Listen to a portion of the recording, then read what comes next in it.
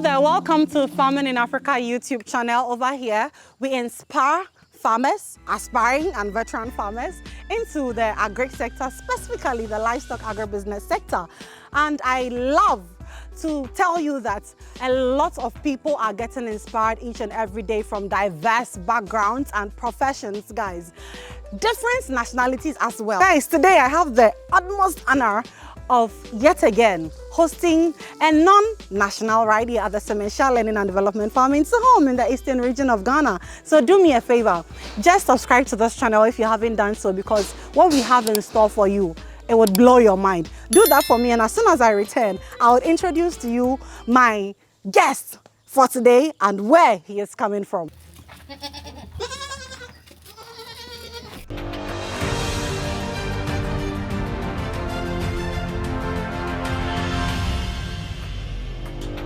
Welcome back. Today I have the greatest pleasure of bringing you a very handsome gentleman all the way from Kenya. Hi. Hi Nadia, how are you? I'm good. How are you too? I'm also doing great. Where are you from? I am from Kenya. Which part of Kenya? Actually, I've stayed in Nairobi for a long time, almost 20 years, but my hometown is somewhere deep in the western part of Kenya. Oh my God, I missed this accent. Called Rusinga Island. Rusinga Island? Yeah, Rusinga Island. Is it Lu or Ru? Ru. Rusinga Island, yes. What local dialect do you speak over there? We speak Luo. Luo. Yeah, and Abasuba. Okay, look into the camera Yeah. and tell them in your local dialect where you are. And your name, your full name. Okay. I prefer to use Kiswahili because it will reach many people. Okay, because it's spoken please, all over me. Kenya. Yeah, so kwa majina naitwa Duncan Waganda, niko Ghana. Hapa ni Sementia Farm. Farm ingine kubwa sana, wana rear goats, wana plant grass, special kind of grass yenye wanalisha hizo goats. So nimekuja kulearn juu very soon hata mimi nataka kuventure into goat farming. Juu ameni-inspire, nimeona business yao imenawiri sana. Asante sana. I love how international our operations are getting. That is greeting to you all the way from Kenya. Yes. Mr. Duncan, what's your full name again? My name is Duncan Waganda. Duncan Waganda. Yes. All the way from Kenya, guys. We are going to know his story as to what wind flew him all the way from Kenya. Yeah. That is what? Eastern Africa. Yes. Eastern Africa. Yeah, to be here, West Africa, specifically in Ghana, so home in the eastern region of Ghana. Follow me as we get to know the story of Mr. Duncan, my first guest from Kenya. So today, this video I dedicated to our Kenyan audience. This is a huge shout out to you from Ghana, Mr. Duncan, to you in Kenya, and of course the whole of Eastern Africa. We love you. Follow us as we get his story. Mr. Duncan. Yes. Anyway, meet my friend Maurice. Yeah. That's Maurice from Hello, the US. Maurice. How are you? Jumbo. You see Jumbo. Have you lived there before? No. Oh. Everybody knows a little Swahili. Come Oh, on. nice. I only know Asante Sana. Okay, now you know Jumbo. At least you know Yeah, something. Jumbo, yes, I've learned Jumbo now. That's beautiful. He also has been inspired and he flew in all the way from Nairobi to come here and gain some knowledge just like you did. So, Kwaba. Akaba. Midasipa. Oh, nice. Guys, see, I'm very happy today. Let's just join Mr. Duncan. Hopefully, I'm even going to be his student, who knows? And let's know or find out what brings him here. Mr. Duncan, Yes. let's start with our chats. Yeah. Let's go and we'll end up at the farm. What do you do as a person? Actually, let me start from where the journey started. Yes. I came to Ghana in 2019. The main reason for my coming here was to study. To study? Yes. At where? At Valley View University. Oh, nice. Yeah, so since 2020 January, I have been in school. And in 2023 December, I completed my studies. I So actually you've been in came Ghana for 5 years Yeah, now. 5, yeah. 5 years now, yeah. Wow. I came to study theology here in Ghana So you're at Valley pastor? View University. Yes, Oh, of course. please. Yeah. My honor. Yeah. But you see the way the world is going now. Yes. At times you can't just sink into ministry. You need to do something apart from the ministry, Yes. which will be able to employ other people. Oh, beautiful. Yeah, beautiful, yeah, beautiful. yeah. You see why I love this job? You always get some knowledge, some information that would help. Because if there are young gentlemen out there who are not thinking like this and they're just focusing on one, now you've suddenly given them a perspective that, hey, you can still do ministry and have something on the side to sustain yourself. That's great. What brings you here today? How did you hear of, you know, farming in Africa and the way you even managed to find out? Actually, I tell you, the inspiration started when in class we were studying, and we realized that in some parts of the world, people struggle even to pay tithe and offerings. And so we were asking ourselves, how can we empower these people so that they will be faithful givers to the church and grow the ministry? To church today. Yeah, yeah. And so I was researching and looking around, what can I do? Yeah. Something different that others have been doing, Yeah. because I know people are struggling down there. Yeah. Then I said I need to venture into something. And naturally, I love farming. Naturally, yeah. you love farming. Yeah, yeah. Then upon doing my research, I bumped into farming in Africa on YouTube. And since I started watching, I've been always glued to it, watching your videos. Yeah, yeah. And so watching the videos, getting the information he Yes. needs. So if by now you are wondering, should I be following these guys, especially if you have just chanced on this channel, by all means, please, you have no idea what we have in store for you. Please subscribe across all other social media platforms, okay? All right, so you've been following, you've been getting the information. I need, and now I said no, I have to go and see for myself. Seeing is believing. Seeing is believing, yes. Oh. And you see, we have not even taken a complete tour, and I'm already excited by what I'm seeing. I get too excited. I have to try and get that. Yeah, But it's good, it's good. It's good now. Yeah. Then guys, today we are in church. Yeah, I like the beam. Thank you, Duncan. I'm just so honored to have you here, and just to even know the reason why you have taken this bold step. I think I'm just so honored. That's all I can say. So I'm going to just take you around and also ask you a few questions, because remember, today I'm dedicating this video to my Eastern African audience, to be specific, my Kenyans. We love you guys. We love you. We love you. How do I say I love you in Swahili? Tunawapenda. So romantic. Tunawapenda. I hope I got it right. You got it right. Yeah. Guys, tunawapenda. Please follow us as we go around. Let's just use here, if you don't mind.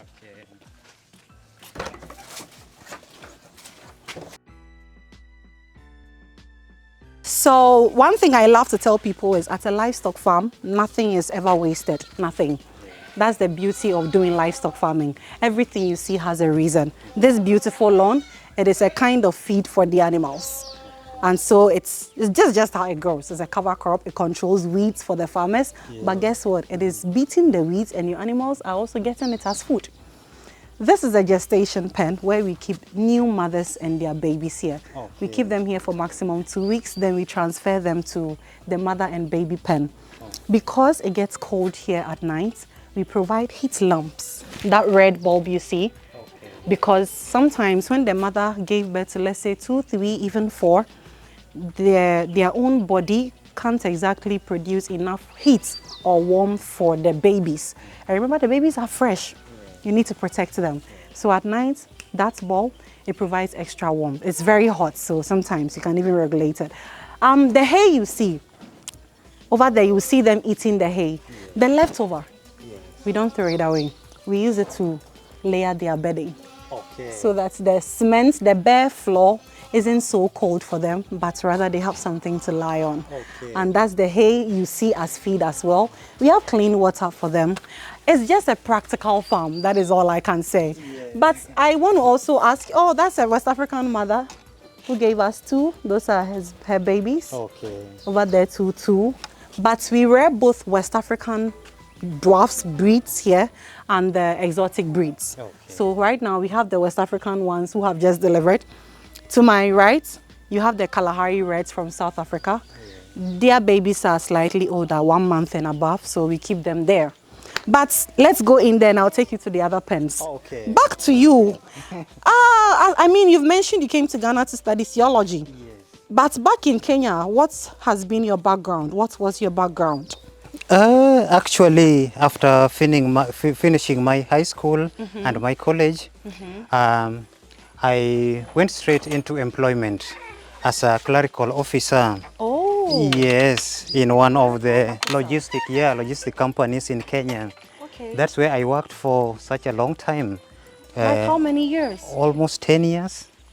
Wow. Yes, before I finally Got the call of it God. quits. Yeah, and I said, this is the new call. I want to pursue it. And that's how I left and came here. And guess what? I didn't just come alone. I came with my family.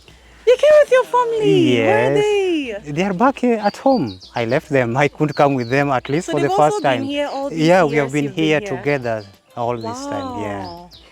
Oh, this is beautiful. This is beautiful. So you're a clerical officer, Yes, I'm a clerical and officer. then you came to study theology. To study theology. And you got the inspiration I got the inspiration to combine ministry with with something aside to at least take care of the congregants and to take care of myself as well. yes, that's important. Yeah. Wow. So you're done with studies. Are you going back home? Yeah, I'm now Or- done with my studies. Soon I will go back home, maybe at the end of the year. And that's the main reason why I've come here, to learn from you. Wow. Because once I go back, Yeah. I've been inspired. This is what I want to venture into. Oh, that's beautiful. Yeah. So when you go back home, you live in Nairobi. Yeah, when I go back home, I live in Nairobi. Okay. So I'll just look for an ideal place Yeah. to start the business. If not, Wow. then I'll have to look for somewhere else, Yes. maybe in the outskirts of Nairobi, Yes. and just establish something small and start with that. Wow. And see how it grows. Oh, ladies and gentlemen, I have had teachers passing through. I have had retired bankers passing through. And guess what? I have the utmost honor of hosting a pastor all the way from Kenya, Nairobi, right here at our farm. And I love his reason for venturing into this alongside ministry.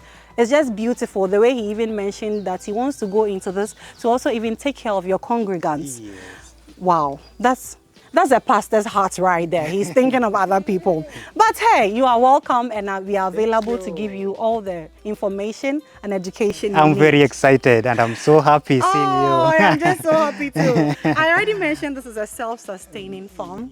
That is one big thing we advocate that every farmer, every livestock farmer does.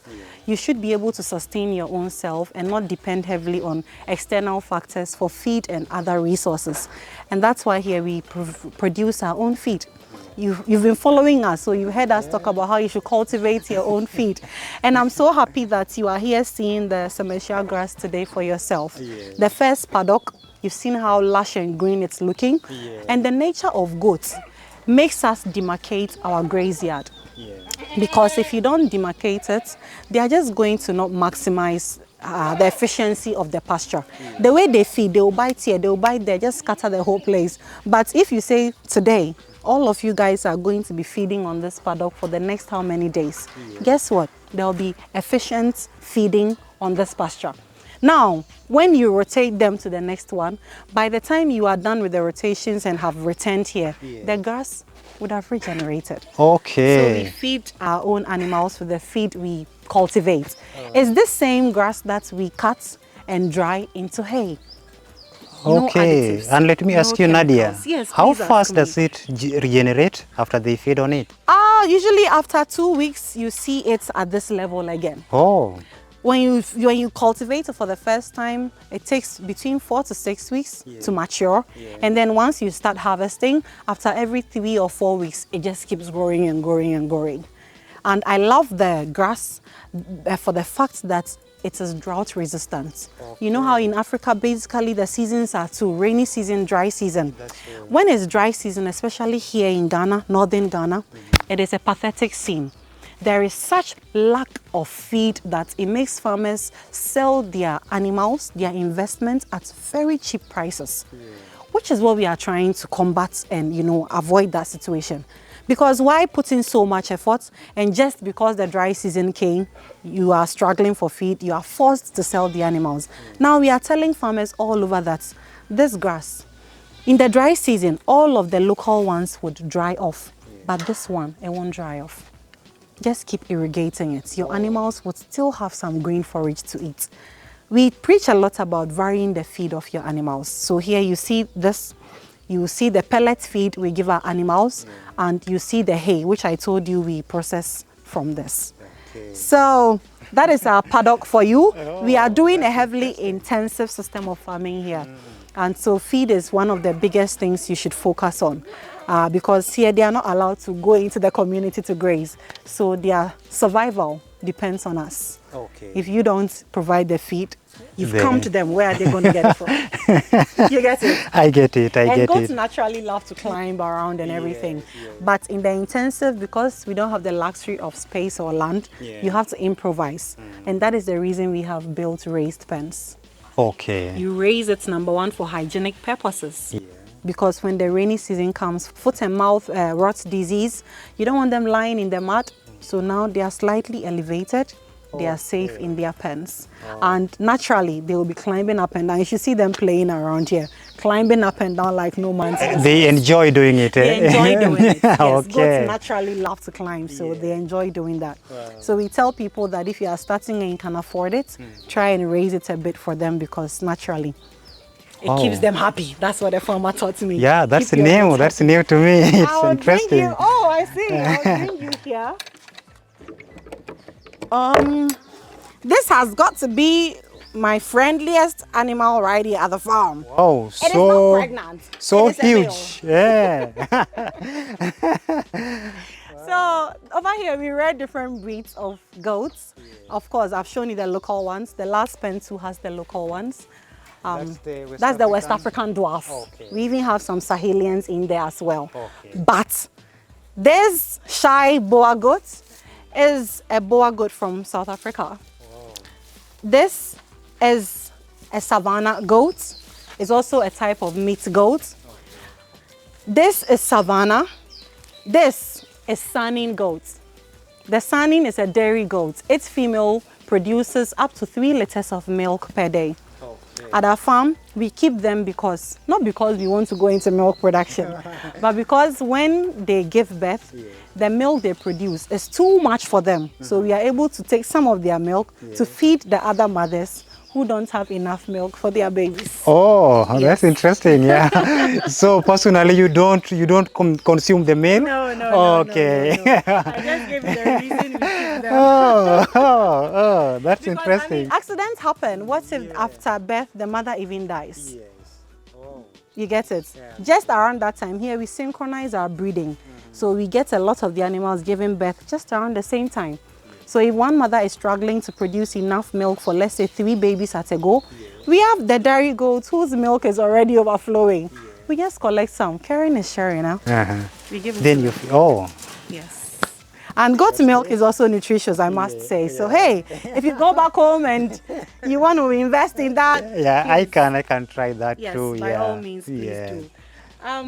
I think I would pause here and ask you if you have any questions for me. I know you came here to learn. I came and here to I want learn, to know if it's working. and seemingly the way you are explaining it is so clear. Okay, It's like I'm I'm glad getting to know that. everything. Yeah. I'm glad to know that. So you see them feeding, and I'll take you into the pen so that you have a feel of. And how I can to see pick they up. are friendly. Yeah. Oh yes. Yeah. The secret is the pellet feed we give them. Okay. You know, if you feed somebody, the person always comes close to you. The person would tend to depend on you. If you go back home and you want your animals to rush towards you when they see you, be giving them the pellet feed. Okay. If I had some in my palm, this guy would chew my hand. This guy. This guy. Climb up, sir. All right, so let me take you to the pen. And whilst climbing, notice the half-inch spaces between the slabs. You know, they pee, they poop, it falls right through so that it will help control the stench for hygienic purposes, like I said. You're welcome to a typical pen right here at our farm. I've already explained the slabs in between. And This space, 15 by 10 feet, can contain between 40 and 50 goats. Okay. So the pen space itself shouldn't even be a headache for you, because during the day, these guys are not here anyway. Do you see them here? No. They are social beings, not even one, unless it's heavily raining. Apart from the one who just followed us. It thinks I have food, don't mind it. Apart from when it's heavily raining, that they would come in here. Okay. Usually, what matters is the exercise yard in front here. Yeah. Because you need to give them space to move around. The goats should feel free. And right now we are focusing heavily on breeding. So these animals you see, we have started artificial insemination, where we are able to tap their fresh semen and inseminate it into a healthy female for it to carry their offspring. Because you've seen them, quality genetic traits. If it dies today, it means we lose it. But if we are able to tap the semen and let other females produce its offsprings, then guess what? You still have it living on. Yeah, it lives on. Yes. One last thing I'll talk about is this. I don't know how the system is back home in Kenya or Nairobi, but here in Ghana, especially our local farmers who let their animals go out into the community to graze, one issue they battle with a lot is plastics. The goats end up eating plastics a lot. Why? Because every now and then their body is screaming for iodine. Now, a goat doesn't have mouth to speak to come and tell you, the farmer, I need iodine. So they go around sniffing plastics that once contained food. You know how we serve our meals in rubbers and stuff? Now they sniff it, and because it smells like it has salt, they end up eating it. And then plastics don't degrade. It causes complications. If it's a pregnant goat, it would eventually die, because as the belly is growing with the baby, guess what? There is a whole stubborn plastic demon in there who is also confusing everything. So you end up losing it. And this is a practical example we have had here at our farm before. Because we source local breeds around for breeder farmers who can't start with the exotic ones. They want to start with the local ones. And these are all examples or incidents we have experienced here before. So this, when you hang it, that craving for salt, this is it. It contains minerals as well. It's called a mineral block or salt lick. Okay. And it boosts their appetite as well. Oh, that's great. That's great. At night, we fill this with hay because they are always eating. They are always chewing on something. So you fill it with hay for them. Oh. Typically I would end here because I love the way this place gives you the entire view of the farm. Those are the paddocks. We have different vegetation around, but we feed heavily on the sementia grass because we have run scientific tests on them, and we are able to tell you that it is highly nutritious and can boast of a protein content of up to 18%. The local grasses are good, but they can boast of maybe between 4 and 5%. Oh, So that's a big difference, eh? That's a big difference. Wow. Yes, so I would You end. guys are doing great, eh? Thank you. I mean, for you to have heard of us. My visit here to be is here. worthwhile, yeah. Thank you. Finally, I've seen the place. Finally, you've seen the place. Yeah, and from the look of things, I love to come back at least once to have another tour because it's quite interesting. No problem. Maybe next time come with your family. We shall be waiting for you. Yeah. Let's get downstairs and wrap it up.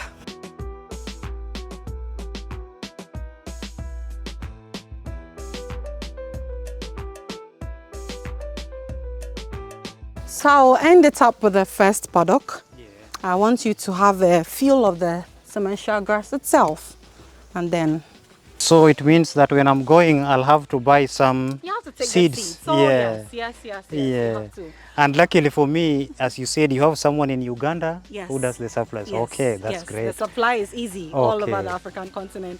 Ladies and gentlemen, I am set to end this particular video with Mr. Duncan all the way from Kenya. But you know what? We would continue to bring you very impactful, international, I must add, videos to you because I love the impact we are making all over the African continent.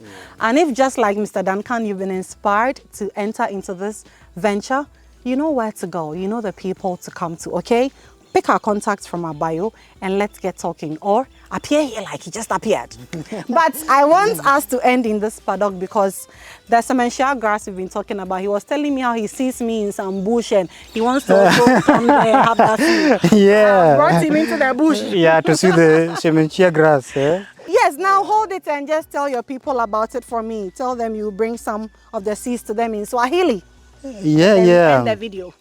Sasa hii nyasi ni nyasi special ya mbuzi. Hata kukiwa na jua namna gani bado haitakauka. Itaendelea kugrow, unaweza iwater tu kidogo. Wakati wa drought, goats bado wataendelea kukula tu. Kwa hivyo nakuja tujaribu hii. Najua kama imefaulu hapa, itafaulu hata nyumbani. Asanteni. Kwaheri. See everything he said, me, I second. Mr. Duncan, it's just been my absolute honor to have you here. And I wish you all the best in ministry and in this work you want to go into. Yes, yes. Thank you. Yeah, God is involved, so I know it will be a success. It definitely will be a success because we have the right source to provide you with all the information you also need. So whenever you hit a block, just come back to us and we would be there to support you. Okay, I'll definitely do that. Please do. Thank you so much for your time. Thank and you thank you so for the much great too. tour you have given me. It's my honor. Thank you. Okay. On that note, guys, today, let me end by saying I love you in Swahili. Remind me again, what did you say? Don't let them know. Tell me, what did you say? Nawapenda sana. Nawapenda. Sana. Ah, see, let me end on this note. Nawapenda sana with all my heart. Bye-bye for now. Bye-bye.